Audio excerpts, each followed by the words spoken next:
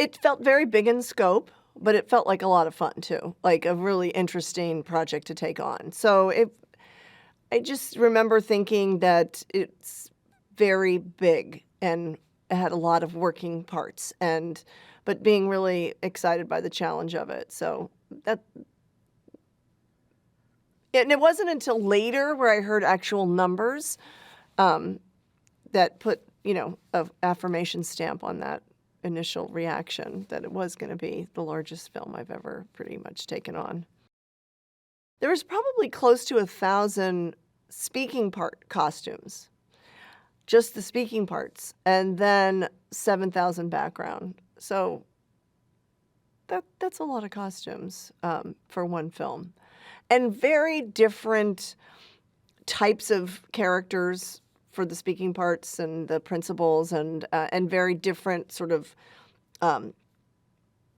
episodes of genres that we did for different scenes. Like there was never like, oh, this is another scene where there's a lot of pedestrians, so to speak. They were like capsules of this is this look, this is this look, this is this look, this is this look, and there were not a lot of repeats or ability to share one look to another look, and that was part of the great part. That was part of the great part of it, and it was also part of the challenge. It was a lot of research about the underbelly of Los Angeles and the underbelly, and we was primarily stuck with Los Angeles, but I found like there were research material that came from all over the world to just give us inspiration for certain things, and a lot of silent films, looking at silent movies and watching them over and over again to like look at the craftsmanship of what and how they made those costumes. And so it was infinite, the amount of research we did. And I could still be researching the movie now, and we're almost finished shooting. Like I could research this movie for the rest of my life, and I would still find things that are really interesting that we could have used as inspiration. But yet at a certain point you had to stop.